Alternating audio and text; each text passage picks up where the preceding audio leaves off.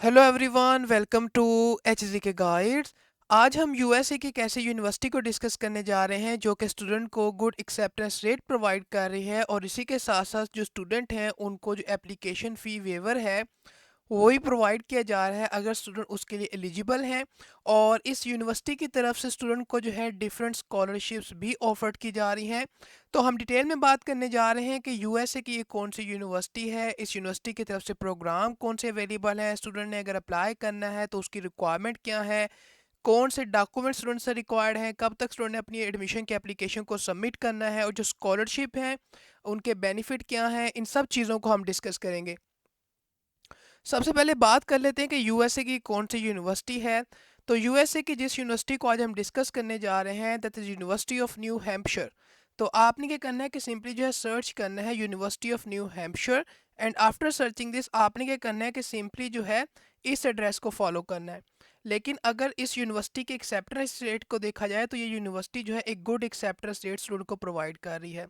तो सिंपली आपने क्या करना है कि इस जो एड्रेस है इसको फॉलो करना है, and this is the place के जहाँ पर आपको इस यूनिवर्सिटी की जो इन्फॉर्मेशन है वो मिल जाएगी।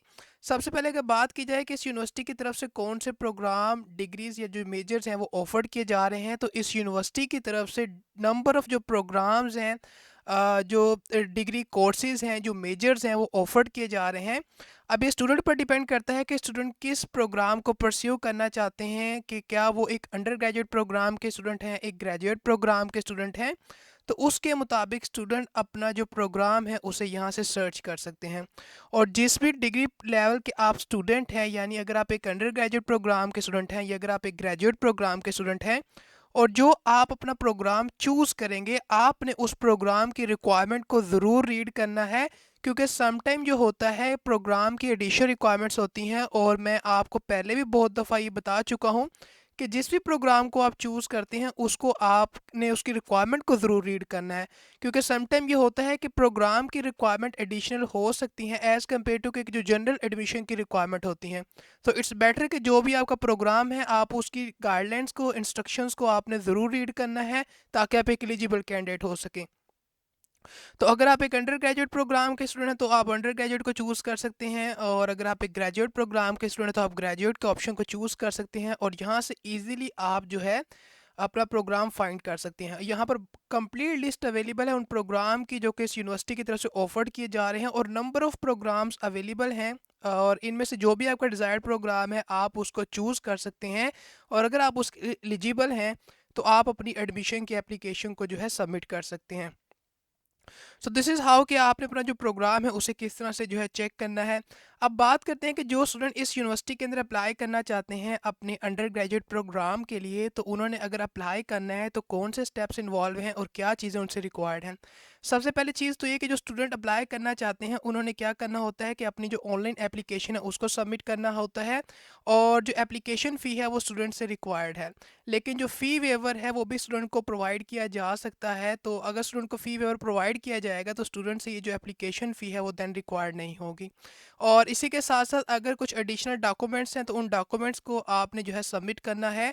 और जो अंडर ग्रेजुएट एप्लीकेशन है उसमें जो भी आपकी जो पेपर मटेरियल है अगर वो रिक्वायर्ड है तो उसको आपने बाय मेल जो है सबमिट करना है इफ़ रिक्वायर्ड, और उसको यहाँ पर मेंशन भी किया गया है।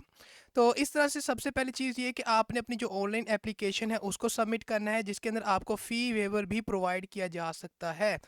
अब बात करते हैं सेकंड स्टेप की, वो है कि आपने अपनी जो ऑफिशियल जो ट्रांसक्रिप्ट है स्टूडेंट ने उसको सबमिट करना होता है, यानी ट्रांसक्रिप्ट आपसे रिक्वायर्ड होगी आपकी क्वालिफिकेशन की।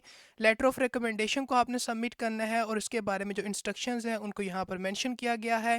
जो स्टूडेंट हैं उन्होंने जो अपना इंग्लिश लैंग्वेज प्रोफिशेंसी का टेस्ट स्कोर है उसको सबमिट करना है। जो स्टूडेंट अप्लाई करना चाहते हैं उनसे जो सेट और एसीटी का स्कोर है वो ऑप्शनल है, यानी अगर उनके पास है तो उसे सबमिट कर सकते हैं, इनकेस अगर नहीं है तो उसके बगैर भी अप्लाई कर सकते हैं। और जैसा कि मैंने स्टार्ट में भी कहा कि कुछ प्रोग्राम की एडिशनल रिक्वायरमेंट्स होती हैं, तो इनकेस अगर कोई स्पेशल प्रोग्राम की रिक्वायरमेंट्स हैं तो आपने उन रिक्वायरमेंट को भी चेक करना है।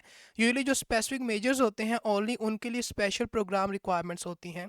और इस तरह से स्टूडेंट ने जो है अपनी एप्लीकेशन को कंप्लीट करना है और डॉक्यूमेंट्स को सबमिट करना है, और इस तरह से स्टूडेंट ने अपनी एप्लीकेशन को जो है ऑनलाइन सबमिट करना है और एक कंप्लीट एप्लीकेशन को सबमिट करना है।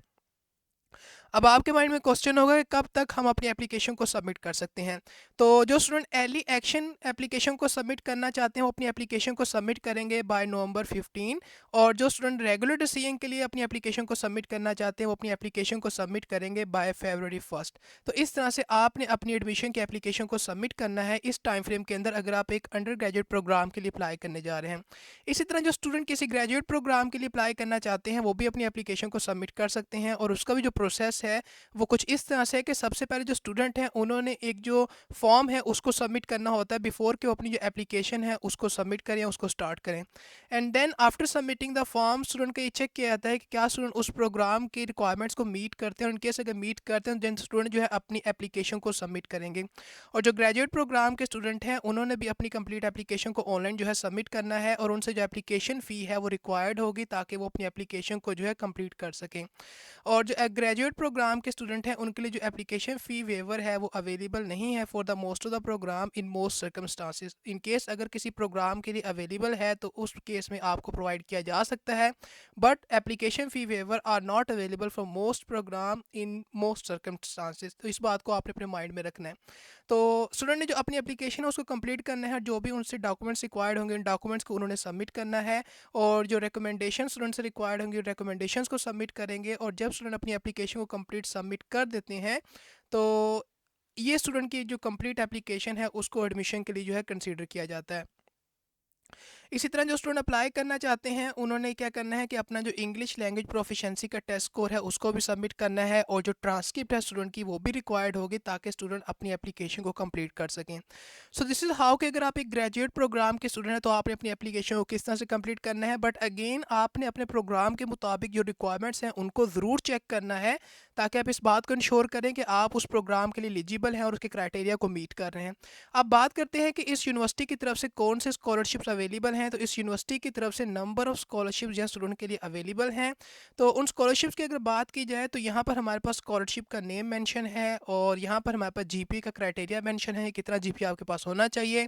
And this is the amount of scholarship जो कि स्टूडेंट को प्रोवाइड की जाएगी। अगर आप एक इंटरनेशनल स्टूडेंट हैं तो आपको इतनी स्कॉलरशिप की जो अमाउंट है वो प्रोवाइड की जाएगी, बिकॉज जो इंटरनेशनल स्टूडेंट हैं वो नॉन एनएच जो रेजिडेंट है इस कैटेगरी के अंदर आएंगे। तो अगर आप ट्रस्टी स्कॉलरशिप के लिए एलिजिबल होना चाहते हैं तो आपके पास जो है इतना जीपीए होना चाहिए, इससे ज़्यादा होना चाहिए, और इतनी अमाउंट की आपको स्कॉलरशिप प्रोवाइड की जाएगी। Then there is chancellor scholarship, and this is the range of GPA that the student must hold ताकि उनको इतनी अमाउंट की जो स्कॉलरशिप है वो प्रोवाइड की जाए। देन प्रेसिडेंशियल स्कॉलरशिप है, and this is the range of GPA जो कि स्टूडेंट को होल्ड करना है, and this is the scholarship जो कि स्टूडेंट को प्रोवाइड की जाएगी। इसी तरह यहाँ पर डिफरेंट स्कॉलरशिप्स मेंशन की गई है, और इवन के जो स्टूडेंट 3.10 से 3.49 के दरमियान जीपीए भी होल्ड करते हैं, यानी अगर 3.10 जीपीए भी स्टूडेंट का है तो इतने जीपीए के साथ भी स्टूडेंट जो है इस स्कॉलरशिप के लिए एलिजिबल हो सकते हैं। And this is the amount of scholarship जो कि स्टूडेंट को प्रोवाइड की जाएगी। जितनी भी स्कॉलरशिप्स यहाँ पर मेंशन है जिनके हमने बेनिफिट को देखा, इन सब स्कॉलरशिप्स की यहाँ पर डिस्क्रिप्शन भी आप देख सकते हैं। जस्ट लाइक कि जो चांसलर स्कॉलरशिप है उसके बारे में यहाँ पर डिटेल मेंशन है कि जो हमारे पास स्कॉलरशिप है वो फर्स्ट ईयर एप्लीकेंट के लिए अवेलेबल है, डोमेस्टिक और इंटरनेशनल स्टूडेंट एलिजिबल हैं। क्योंकि आप एक इंटरनेशनल स्टूडेंट हैं so this is the amount of scholarship जो कि आपको प्रोवाइड की जाएगी। अप्लाई किस तरह से करना है कि कोई एडिशनल एप्लीकेशन आपसे रिक्वायर्ड नहीं है, और जब आपकी एप्लीकेशन को रिव्यू किया जाएगा एडमिशन के लिए उसी टाइम पर आपको स्कॉलरशिप के लिए भी कंसीडर किया जाएगा। स्टूडेंट का जो जीपीए क्राइटेरिया है वो मैटर करता है, और जो स्कॉलरशिप है वो रिन्यूएबल है फॉर अप टू 4 ईयर्स, यानी 8 कंसेक्टिव सेमेस्टर्स के लिए जो स्टूडेंट हैं उनको स्कॉलरशिप प्रोवाइड की जा सकती है। और जो स्टूडेंट हैं उनको जीपीए की रिक्वायरमेंट को मीट करते रहना होगा ताकि उनको स्कॉलरशिप के लिए दोबारा से कंसीडर किया जाए। इसी तरह यहाँ पर जितनी भी स्कॉलरशिप्स हमने यहाँ पर डिस्कस की जो कि मेरिट बेस्ड स्कॉलरशिप्स हैं, उनके जो है हमारे पास यहाँ पर क्राइटेरिया मेंशन किया गया है, उनके अप्लाई करने का प्रोसेस भी मेंशन है, और जो स्टूडेंट हैं उनसे इस स्कॉलरशिप के अंदर भी जो कि हमारे पास इस स्कॉलरशिप प्रोग्राम है ये भी मेरिट बेस्ड स्कॉलरशिप प्रोग्राम है, इसके अंदर भी स्टूडेंट से जो कोई एडिशनल एप्लीकेशन रिक्वायर्ड नहीं है, बल्कि जो एप्लीकेशन उनकी एडमिशन की होगी जो उसी की बेसिस पे स्टूडेंट की जो है इवैल्यूएशन की जाएगी इस स्कॉलरशिप के लिए। तो इस तरह से यहाँ पर नंबर ऑफ़ स्कॉलरशिप्स अवेलेबल हैं जो कि इस यूनिवर्सिटी की तरफ से ऑफ़र्ड की जा रही है, इंक्लूडिंग कि हमारे पास जो इंटरनेशनल स्टूडेंट हैं उनके लिए भी एक स्कॉलरशिप है। यानी ये इंटरनेशनल स्टूडेंट जो है स्कॉलरशिप प्रोग्राम है। ये भी स्कॉलरशिप इंटरनेशनल स्टूडेंट के लिए अवेलेबल हैं जिनको हमने भी डिस्कस किया, and this is the scholarship जो कि इंटरनेशनल स्टूडेंट के लिए अवेलेबल है। और जो फर्स्ट ईयर इंटरनेशनल स्टूडेंट हैं वो एलिजिबल हैं स्कॉलरशिप के लिए। जो अमाउंट है स्कॉलरशिप की वो वेरी कर सकती है, और किसी किस्म की एडिशनल जो एप्लीकेशन है वो स्टूडेंट से रिक्वायर्ड नहीं है।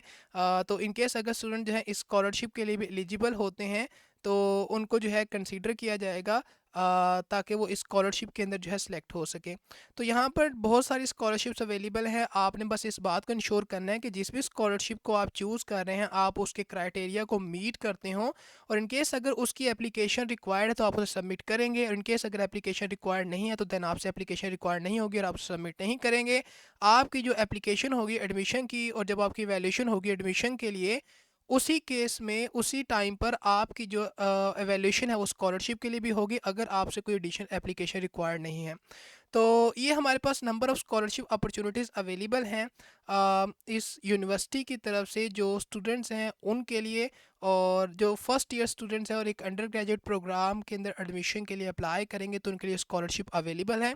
तो आई होप सो कि जो आज की अपॉर्चुनिटी हमने डिस्कस की, ये अपॉर्चुनिटी आपको अच्छी लगी होगी, आपके लिए हेल्पफुल होगी। तो आज के लिए इतना ही, मिलते हैं आपको किसी नई अपॉर्चुनिटी के साथ। So till then take care and good bye.